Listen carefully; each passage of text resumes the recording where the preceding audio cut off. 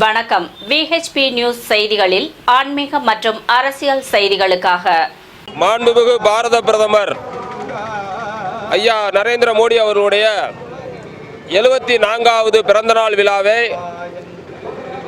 உலக மனிதனங்களுக்கெல்லாம் புனிதனாக வழங்கிக் கொண்டிருக்கின்ற மாண்புமிகு மோடி ஐயா அவர்கள் இந்த ஆண்டு உலக சமாதானத்துக்கான நோபல் பரிசு பெறுவதற்கான ஒரு மனிதராக இன்று உலகத்திலே வாழ்ந்து கொண்டிருக்கின்ற ஒரு மகான் மாண்புமிகு நரேந்திர மோடி அவர்கள்.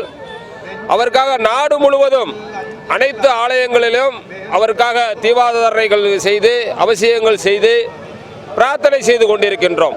அவர் இந்த உலகத்திற்கு வழிகாட்டக்கூடிய ஒரு தலைவராக, இந்த நவீன சிப்பியாக இன்றைய நடக்க வேண்டிய யாராலும் தடுத்து நிறுத்த முடியாத உக்ரைன் ரஷ்யாவுடைய போரை இன்று மாண்புமிகு நரேந்திர மோடி அவர்கள் பிறந்தநாள் விழாவை முன்னிட்டு உக்ரைன் ரஷ்யாவுடைய பிணை கைதிகளெல்லாம் விடுவிக்கக்கூடிய ஒரு சூழல் ஏற்பட்டிருக்கின்றது.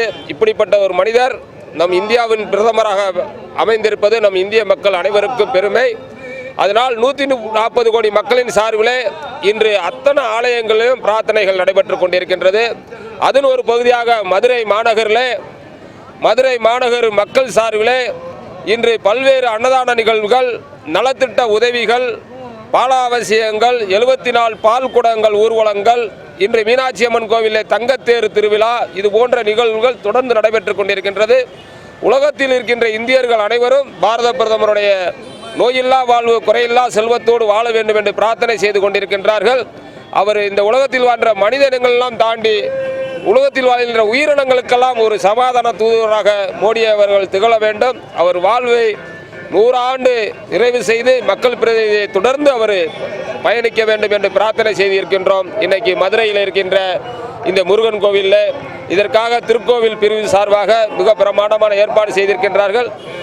வருகின்ற அத்தனை மக்களும் மாண்புமிகு மோடியை அவருடைய நலமோடும் வளமோடும் வாழ பிரார்த்தனை செய்ய அன்புடன் அழைக்கின்றோம். ஜெய்ஹிந்த். இன்னைக்கு பிரதமர் மோடியோட பிறந்தநாள். மதுரை எம்பி சு வெங்கடேசன் செய்தியாளர்கள் ஒரு கேள்வியை முன் வச்சாங்க. பிரதமர் மோடிக்கு நீங்கள் ஏன் வாழ்த்து சொல்லலை அப்படின்னா, தந்தை பெரியார் தான் எங்களுடைய ஹீரோ, வில்லன்களுக்கெல்லாம் நாங்கள் வாழ்த்து சொல்ல மாட்டோன்ற மாதிரி மதுரை எம்பி சொல்லியிருக்காரு. எப்படி சார் பார்க்குறீங்க?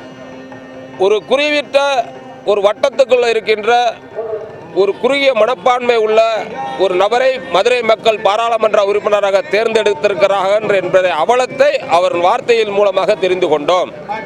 அவர் அரசியலுக்கு அப்பாற்பட்டு மாண்புமிகு நரேந்திர மோடி இந்த பாரதத்தின் பிரதமர் என்பதை சு வெங்கடேஷ் அவர்கள் உணர வேண்டும். சு வெங்கடேஷ் மக்களால் தேர்ந்தெடுக்கப்பட்ட ஒரு பிரதிநிதி என்பதை அவர் உணர வேண்டும்.